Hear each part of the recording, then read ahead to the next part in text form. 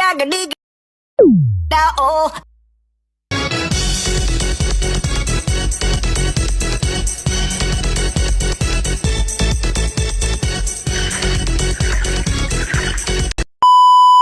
Halo guys, kali ini kita akan wawancara pemilik Studio Komputer Cikajang.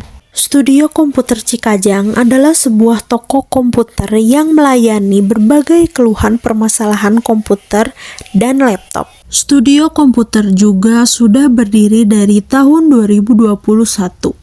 Baik, tanpa berlama-lama lagi, langsung aja kita ke wawancaranya. Bismillahirrahmanirrahim. Hari ini saya akan mewawancarai Bapak tentang entrepreneur atau wirausaha. Saya meminta waktunya ya Pak. Apa alasan Bapak memulai usaha? Alasan saya memulai usaha itu terinspirasi dari orang tua saya sebagai wirausaha. Juga setelah lulus kuliah, banyak teman-teman saya yang berbondong-bondong mencari kerja. Sedangkan saya ingin jadi orang yang berbeda, yaitu menciptakan lapangan kerja. Seperti itu. Terus bagaimana usaha ini bisa dimulai? Dimulai usaha ini itu bersandar pada hobi ya. Jadi hobi dari kesenangan saya juga. Saya ada basic karena dulu saya SMK-nya di multimedia. Ya, hitung-hitung saya mengaplikasikan apa yang sudah saya pelajari. Itu. Terus berapa penghasilan atau omset per hari dari usaha yang Bapak dirikan sekarang di Studio Komputer Cikajang? Untuk omset atau penghasilan per hari itu relatif ya Mbak. Jadi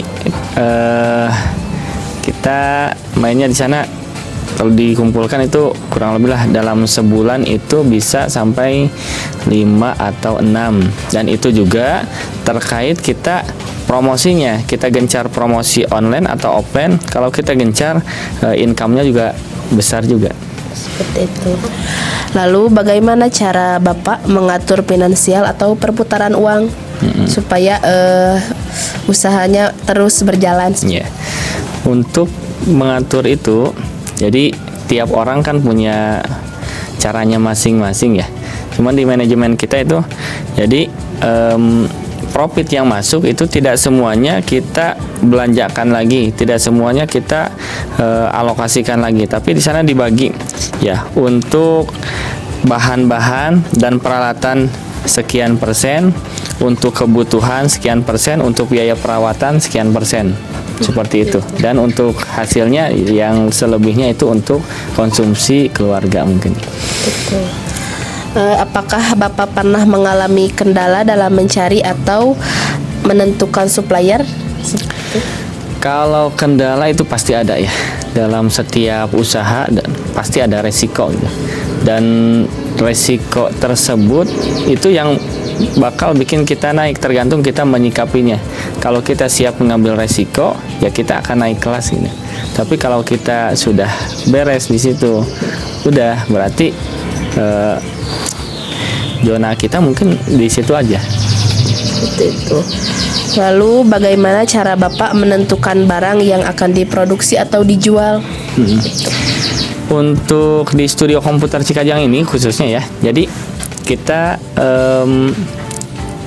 lebih fokus pada servis dan jual beli laptop gitu ya. Untuk jual beli laptop kita lebih hati-hati karena memang yang kita jual adalah laptop yang second gitu ya Mbak.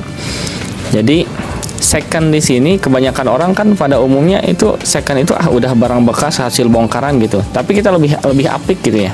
Jadi meskipun barang second, barang yang 90%-an masih layak lah, masih mulus yang kita produksi atau kita jual kembali.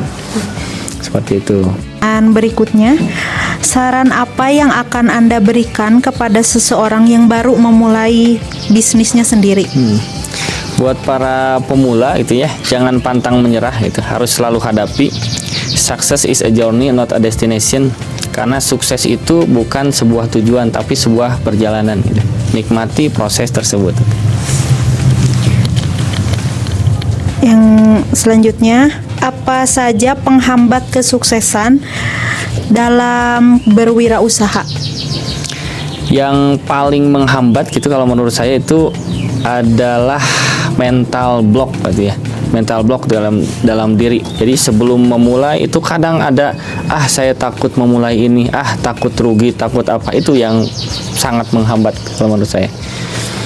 Cara Anda untuk mengatasi masalah di dalam bisnis? Untuk mengatasi masalah itu perlu ketenangan ya, pikiran yang tenang, aksi yang tenang. Nah, untuk mengatasi masalah tersebut kita biasanya punya standar sendiri, yaitu dengan diskusi antara kelompok atau dengan tim. Ya, didiskusikan, nanti akan ada timbal balik dan di situ masalah bisa clear. Selanjutnya, apa strategi yang Anda terapkan dalam berusaha? Strategi yang saya terapkan dalam berusaha itu ya ada 5 yang harus dipegang, yaitu PDKLT, prestasi, dedikasi, loyalitas, konsisten, dan tidak tercela. Selanjutnya yang terakhir, menurut Anda apa tips untuk menjadi pengusaha? Tips untuk menjadi pengusaha itu adalah berani mencoba gitu ya. Maka penting juga untuk kita ada istilah penting bersikap bodoh amat ya. Bodoh amat itu terhadap yang nyinyir terhadap kita. Jadi kita fokus pada tujuannya ingin kita capai. Seperti itu ya.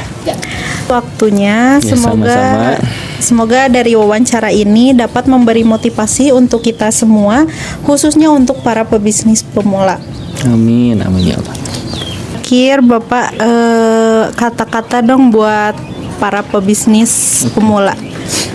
Buat para pebisnis pemula, ya tetap action, diam seperti cupu, bergerak seperti suhu. Oke. Paham.